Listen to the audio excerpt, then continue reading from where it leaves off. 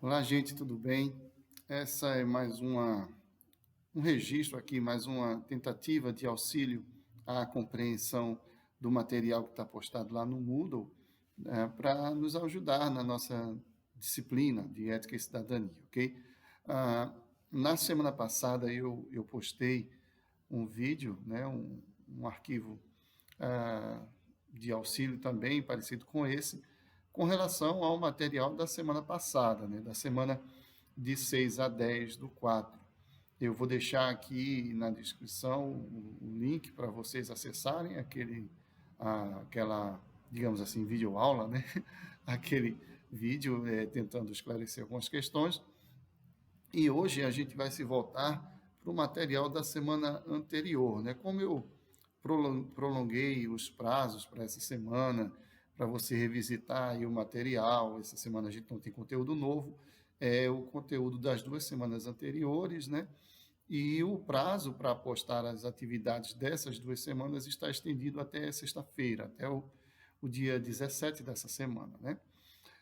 Vamos lá. Com relação ao material da semana de 30 de março a 3 de abril, a semana anterior, a semana passada, né? A gente tem lá um material, a temática, né? Teorias da verdade.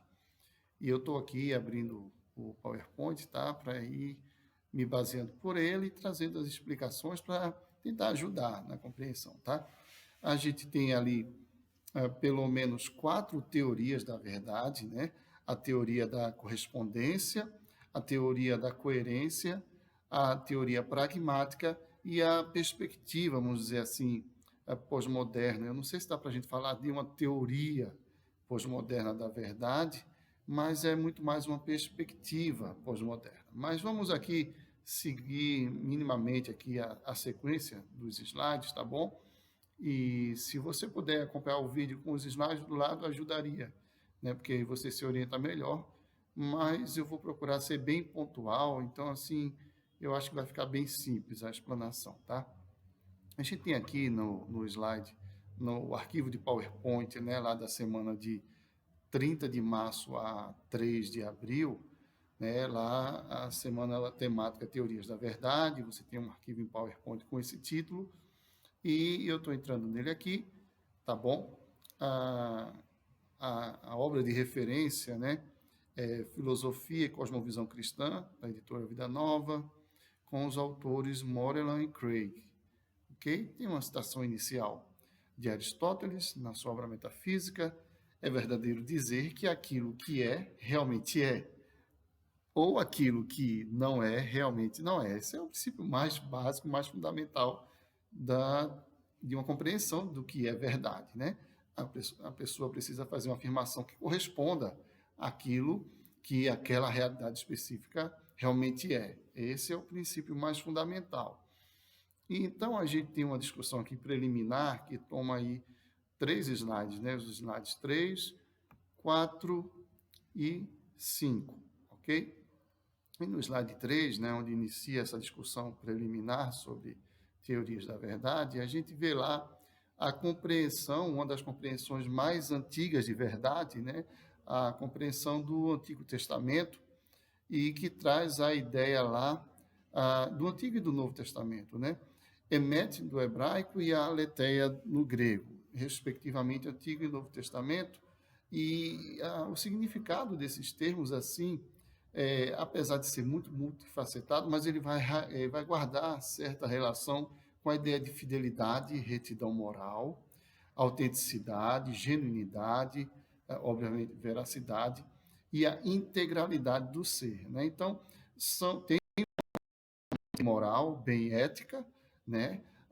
E a preocupação do uso dessas palavras para se referir à verdade não é tão técnico, não é tão preocupado com discussões intelectuais, mas ela tem uma preocupação mais ética, mais de cunho moral mesmo.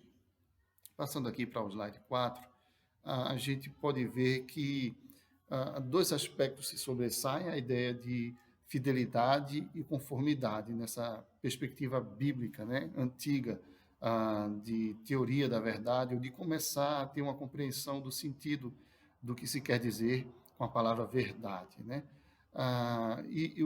Esse último aspecto aqui de conformidade, ele parece que ele tem muita correspondência com a teoria da correspondência da verdade. Então, a gente vai ver no próximo slide que essa teoria, né, da correspondência, na verdade, no slide número 6, ela vai dizer basicamente o seguinte, eu vou ler aqui a proposição, né?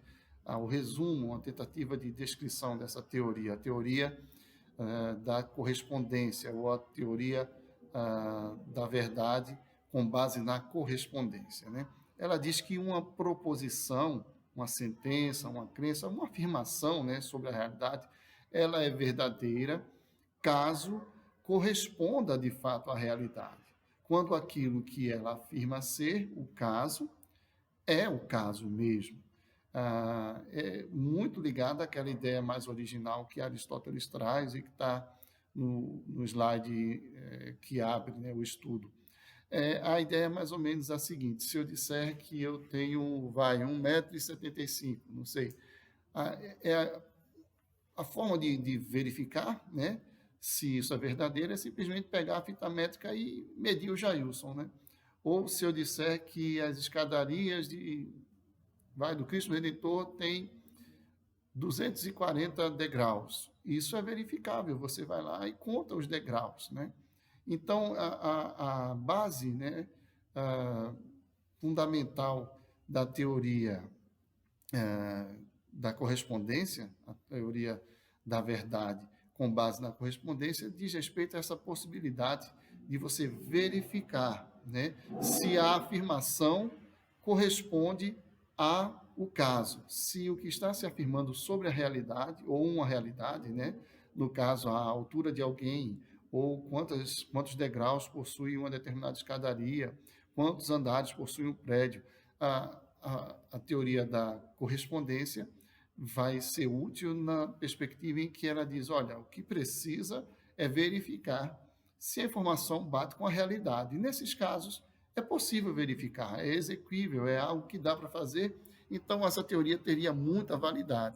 O problema é que toda teoria, né, especialmente em discussões sobre verdade, ela vai encontrar os seus limites, e esses limites costumam ser impostos pela própria realidade.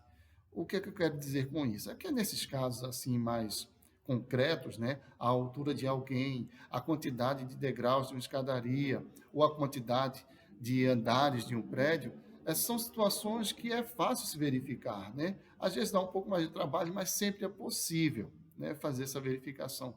Mas há situações da realidade que não permitem essa verificação de forma tão direta, como é o caso, por exemplo, de um acidente de avião, né? Digamos que eu embarco num voo e sou dado como morto, né?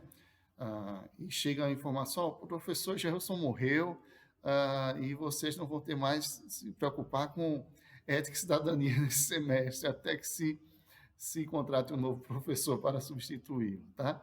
Eu não quero morrer, não, vamos continuar. Mas vamos trabalhar com esse exemplo. Mas, assim, como é que a gente sabe se essa informação é verdadeira, né? Se, pensando aqui na hipótese, o avião sumiu, o avião desapareceu, né? E depois o máximo que se conseguiu foi o registro dos destroços espalhados pelo mar, numa região longínqua. Tá. Ninguém achou o corpo do Jailson. Então, do ponto de vista da teoria da correspondência, a afirmação Jailson morreu, ela não pode ser usada, a teoria da correspondência, porque não tem o corpo para examinar e dizer, não, isso aqui é um cadáver, é o corpo de uma pessoa morta, ele não morreu de fato. Não tem como atestar pela via da teoria da correspondência. Então, a gente passando aqui para o slide de número 7, você tem a teoria coerentista, ou a teoria com base na coerência, né? que vai postular o seguinte, né? Uma proposição ela é verdadeira somente se ela coerir bem com todo o conjunto de crenças de uma pessoa, assumindo que o conjunto é fortemente coerente. Vamos pensar aí nesse exemplo, né? Então, está se afirmando que Jailson morreu, né?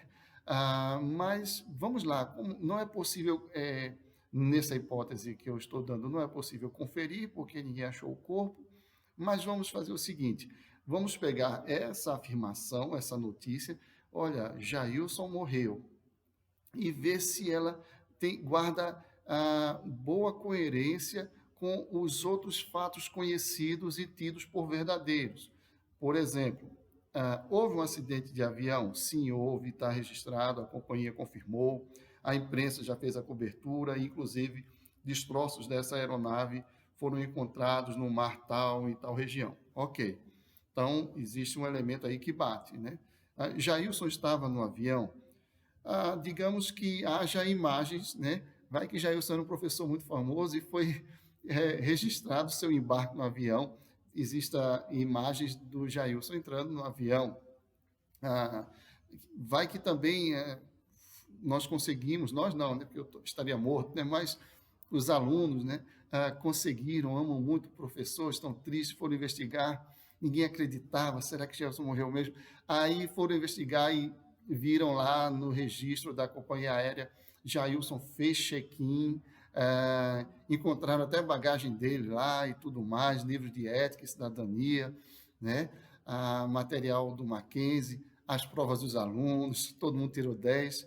Ok, acharam muita coisa que vai demonstrando, vai retirando as dúvidas sobre o fato de que eu estava ali, né?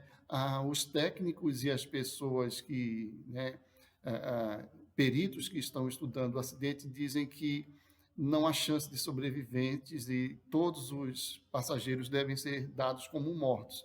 Então, embora não se possa conferir se Jailson morreu mesmo, é muito improvável a alternativa de que eu não tenha morrido. Então, eu posso ser considerado e dado como morto, né? Vocês podem fazer aí uma cerimônia bem, né, bonita aí, homenageando seu professor finado, porque a afirmação guarda muita coerência com os outros dados que vocês têm disposição, né, que vocês têm à disposição. Então, é muito plausível. Então, pela teoria da correspondência, da coerência, uma vez que não é possível fazer correspondência, né, não achou o corpo, se achasse o corpo, a teoria da correspondência seria a melhor. É o Jailson e está morto.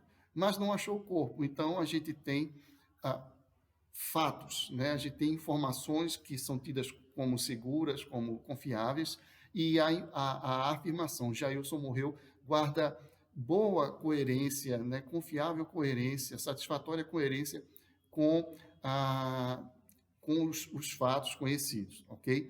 Então, essa seria a ideia dessa segunda teoria, que surgiria numa situação em que a realidade não permite que a primeira dê conta. Então, o limite da teoria sempre é a realidade.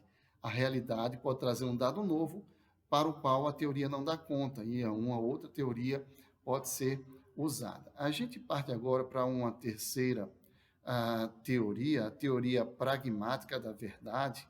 Ok? Estou abrindo aqui. E ela vai dizer o seguinte, né? Uma crença P, X, o que for, no slide está lá a letrinha P. Uma crença tal é verdadeira e somente se essa crença, né, essa afirmação tal, funcione ou seja útil possuí-la. Então, não é tanto uma preocupação com o que é verdadeiro de forma ampla, como em outros casos, mas aqui é uma mudança no interesse ou na preocupação. Há uma distinção nessa abordagem, nessa teoria pragmática da verdade. Ela está mais preocupada em verificar a utilidade e a praticidade da proposição, do enunciado, daquilo que se está afirmando. Não se trata tanto de uma preocupação com a verdade de uma forma geral, mas é muito mais uma preocupação sobre o que é verdadeiro do ponto de vista de ser útil, do ponto de vista de ser confiável de poder ser utilizado, ah, pensando assim no determinado fim. Deixa eu dar um exemplo aqui. A teoria, né, ou a pessoa que está se baseando na teoria pragmática da verdade, ela tem essa preocupação em situações do tipo: se eu acelerar essa massa metálica que eu estou a bordo dela aqui na cabine de comando, né? E se eu acelerar no limite tal, numa velocidade x que foi indicada, com as asas no ângulo correto descrito aqui nas orientações, essa massa metálica, né, esse avião, ele vai de fato decolar a partir de tal ponto da pista, ou eu vou me arrebentar no muro lá no final da pista? Essa é a questão. A preocupação é de outra natureza. Nós costumamos confiar, né, e nos preocupar apenas com a questão da utilidade ou da praticidade, se funciona ou não, se vai dar certo. Por exemplo, a gente confia, né, que o que está na bula do remédio deve ser seguido. Você pega lá, medicamento tal, e está descrito lá, uma pessoa de 70 quilos deve tomar tantas gotas no período de tantas e tantas horas, e a dor no estômago vai passar, né? E nós confiamos.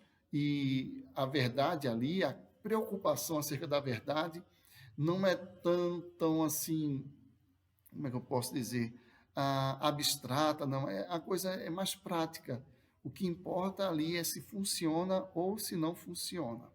Um limite dessa perspectiva, embora ela seja bem prática, como o próprio nome sugere, é que em questões éticas, em questões que envolvem dilemas morais e tudo, nem sempre o que funciona é o que melhor atende, né? Existem situações em que nós não devemos só nos perguntar se aquilo dá certo, mas se está certo, né? Troca o D pelo T, troca o dá pelo tá. Isso está certo?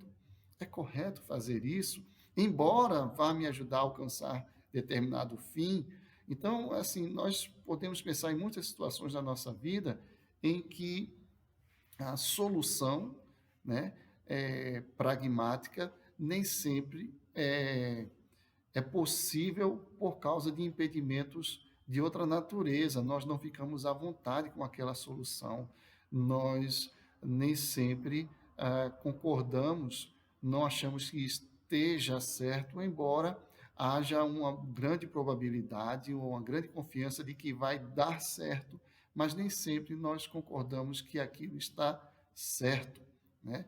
Então, por exemplo, talvez você tenha encontrado uma forma, um mecanismo infalível para colar na prova de ética e cidadania. Vai dar certo. Mas como você é um aluno muito ético, né? Uma aluna muito ética, você não quer fazer isso porque você acha que não está certo. Eu sei que o exemplo foi muito superficial, né? Mas não há aqui nenhuma intenção de coagir você a não colar, mas é apenas para a gente começar a pensar em situações simples mesmo, em que nem sempre a preocupação exclusiva com relação a resultados, nem sempre ela é suficiente para nos levar a tomar a discussão sobre verdade apenas de forma pragmática. Às vezes há outras nuances que nos preocupam, não apenas se dá ou não dá certo, mas se está ou não está certo. Por fim, aqui nos slides finais, deixa eu abrir lá o arquivo que eu acabei mexendo aqui. Slides 9 e 10, ok? A gente tem uma apresentação aqui geral, bem inicial mesmo, assim, bem genérica, eu queria dizer, sobre a perspectiva pós-moderna, ok? Caracterização geral do pós-modernismo. E ele é aqui definido em duas vias, né? Vai dizer aqui, eu vou ler um pouco do slide e aí eu vou trazer a explicação. O pós-modernismo é tanto uma noção histórica e cronológica quanto uma ideia filosófica, né? Do ponto de vista histórico, cronológico, seria o período que sucede à modernidade, ok? Mas vamos lá. Pelo lado histórico, o pós-modernismo se refere à modernidade, período de pensamento que o precede e que o pós-modernismo está rejeitando. A modernidade é a era do pensamento europeu que se desenvolveu a partir da Renascença, séculos XVI e XVII, e floresceu no iluminismo séculos XVII a XIX. Isso, a base seria as ideias de gente como Descartes, Locke, Hume, Kant e por aí, tá bom? No sentido cronológico, o pós-modernismo é às vezes chamado de pós-modernidade. Mas só que essa visão histórica cronológica só nos ajuda a situar no tempo. Do ponto de vista filosófico e ideológico, é que entra a questão que mais nos interessa. Eu estou aqui no último slide, tá? Slide 10. O pós-modernismo é basicamente uma reinterpretação do que é o conhecimento e do que é importante como conhecimento. De maneira mais abrangente, ele representa uma forma de relativismo cultural sobre coisas tais como realidade, verdade, razão, valor, significado linguístico e outras ideias. O que é que acontece? Por que eu quis trazer tanto o aspecto histórico, cronológico, quanto o filosófico? É porque uma coisa está ligada com a outra, né? A gente entrou no último século, no século XX, com muitas expectativas, né? E também acabamos vivendo muita frustração com essas expectativas, né? A era da razão, né, iniciada desde o século XVI, foi alimentando uma esperança muito grande na capacidade do homem em se elevar e se promover a um novo estágio de experiência e trazer um novo tempo para a humanidade. Mas isso não aconteceu como esperado. A razão não nos conduziu a um paraíso na Terra, pelo contrário, o último século, o século XX, foi o século das mais sanguinárias guerras que nós já conhecemos. Foi um século que dizimou muita gente, muito sangue foi derramado, muita injustiça social, muita gente passando fome. Então, o homem, a razão não conduziu ao homem a uma experiência em que nós pudéssemos dizer a humanidade está evoluindo, especialmente do ponto de vista moral, do ponto de vista ético, das relações entre as pessoas. Então, muito dessa desconfiança e dessa reinterpretação pós-moderna se deve também a isso, né? Então, é um período em que, e é o nosso período, o período que nós vivemos, em que a grande relativização das afirmações, das certezas, como se o problema fosse o fato de crermos, de termos certa confiança no que acumulamos até aqui como conhecimento e descartar outra possibilidade de onde estaria o problema da humanidade, né? Então, o pós-modernista, digamos assim, a pessoa que não somente vive esta época, mas que adere a essa ideia conscientemente, é alguém que vai tender a relativizar todas as coisas, desconfiar de todas as coisas, desconfiar do conhecimento, da possibilidade de conhecimento, da verdade e assim por diante. Essa resposta ela é um tanto comprometida do ponto de vista lógico, uma vez que, se eu não acredito que existe verdade, eu estou, de alguma forma, dizendo que não há verdade absoluta e que toda verdade é relativa. E é aquela velha história. Quando eu afirmo que não existe verdade absoluta, eu estou proferindo uma verdade absoluta. Essa afirmação se pretende uma verdade absoluta. Então, para que ela pudesse ser verdadeira, ela não poderia existir, né? Uma vez que não há verdades absolutas. Então, é um nó, nós entramos num período de dilema, de dificuldade, e que não é fácil sair deste dilema. Então, o cidadão, né, o homem e a mulher pós-modernos, nós estamos numa situação de grande dilema. Se a saída não é o pós-modernismo, vamos voltar para o modernismo e aquela crença na razão que nos decepcionou, né? Ou vamos abraçar esse mar de incertezas em que a realidade não pode ser conhecida, não há verdades a serem afirmadas e não há possibilidade de verdadeiro conhecimento. Talvez a questão seja, há uma outra alternativa, e é sobre ela que nós precisamos pensar. Eu acredito que essa reflexão até aqui pode nos ajudar, ok? Eu espero que tenha ajudado. Eu vou, novamente, lembrando você aqui, deixar o link do vídeo que trata da semana posterior, que foi, veja que confusão, né? A última semana, né? Mas é porque esse vídeo agora é de uma semana ainda anterior, tá bom?